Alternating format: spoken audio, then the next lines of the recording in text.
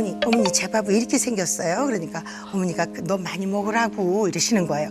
아버님만 계시면 저한테 그렇게 잘하는 척을 하셨어요. 어머니가 많이 먹으라고 그러길래 어머니 많이 드세요. 나 살쪄서 안 돼요. 큰일 나요 어머니. 그리고 제가 어머니 밥을 바꿔놨어요. 제가 얼른.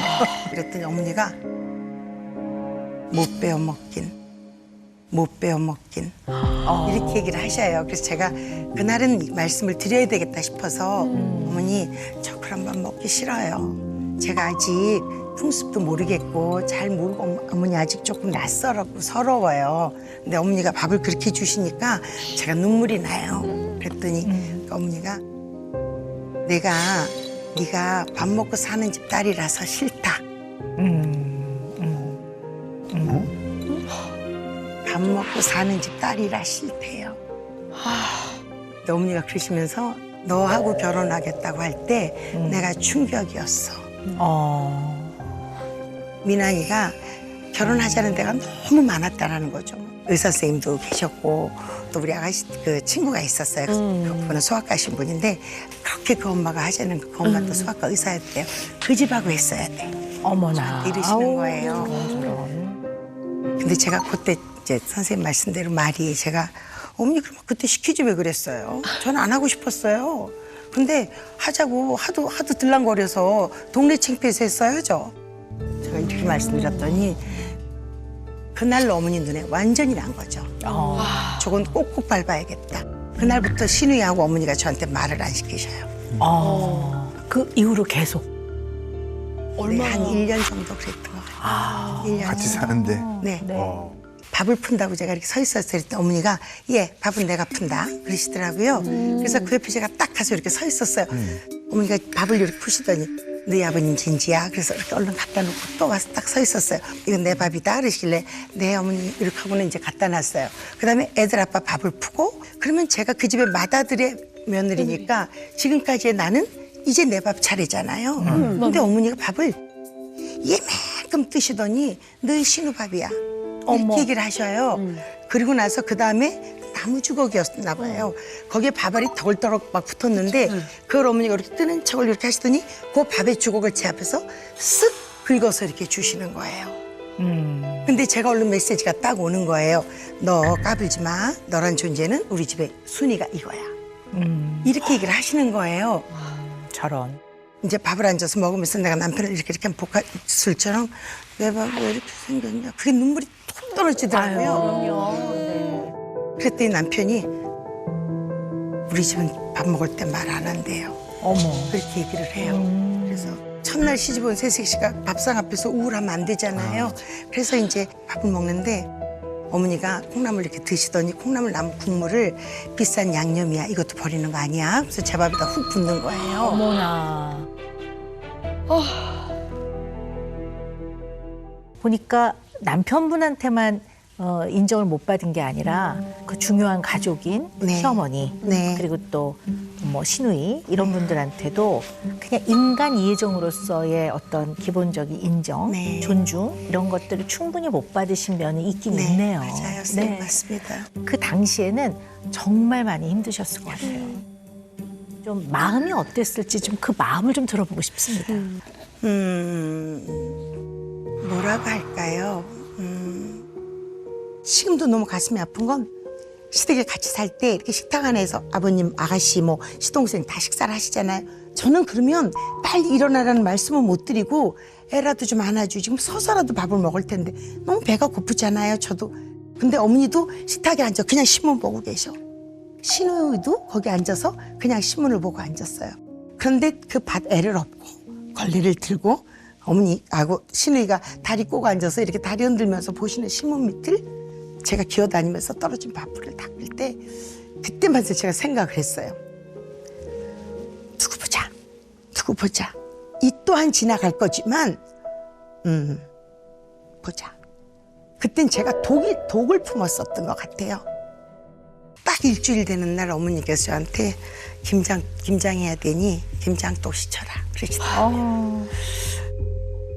일어나서 그걸 씻는데 정말 죽을 것 같더라고요. 남편이 막 퇴근해서 왔는데 김장을 제가 2접시씩 막 이렇게 했으니까 남편이 죽으려고 너 이러는 거냐고. 엄마 얘 수술한 거 알잖아. 왜 이러는 거야? 막 처음으로 엄마하고 아들하고 막 싸우더라고요. 그러니까 그것도 전 너무 불안한 거예요. 이 뒷감당을 내가 또 어떻게 해야 되나? 남편하고 엄마 사이가 이렇게 되면 난 이거 어떡하나? 선생님 그 다음부터 저는 더 숨을 죽여야겠다 이런 마음이었어요.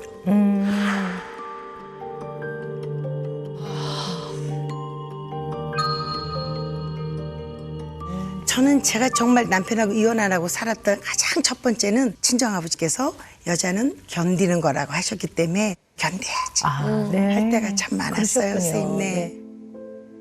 결혼식 하는 날 신부 입장하는데 제 손을 딱 잡으시면서 혜정아 참는 거다. 인생은 참는 거야. 참다가 안 되면 견뎌보래요. 견뎌도 안 되면 그땐 버티는 거야. 그러면 네 인생은 성공일 수 있어. 늘 사는 동안의 저의 외침이에요.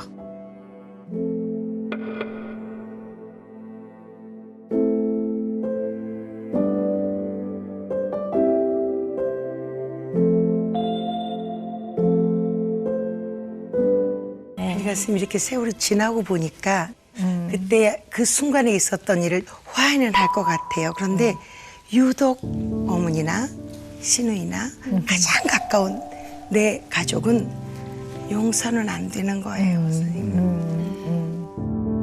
평소에 참고 산다라는 말이 맞는 것 같아요. 그러니까 이게 하고 싶은 말이 많은데 제 의견을 얘기하기 시작하면 뭔가 항상 트러블이 생겼던 것 같아요. 그래서 항상 저는 맞춰주고 상대방을 제 나름대로는 이제 배려해준답시고 이제 이렇게 했던 것들이 어느 날 보니까 제 얘기를 잘 하지 않게 되더라고요. 그냥 굳이 나 뭐 정말 깊은 얘기들을 안 하게 돼서 제가 이렇게 시도를 좀 많이 해요. 그러니까 뭐 그게 술이 될 수도 있고 또 저녁에 킹크랩 먹자 해가지고 이제 배달로 시켜서 이제 한잔 하면서 서운했던 얘기 조금 통통이한테 하고 싶은 게 있어. 이렇게 해서 시작하면 뭔가 저의 의견을 이렇게 수렴해주지 않는 느낌을 제가 받는 거예요. 그땐 이랬고 이건 이런 거니까 그땐 어쩔 수 없었어. 이렇게.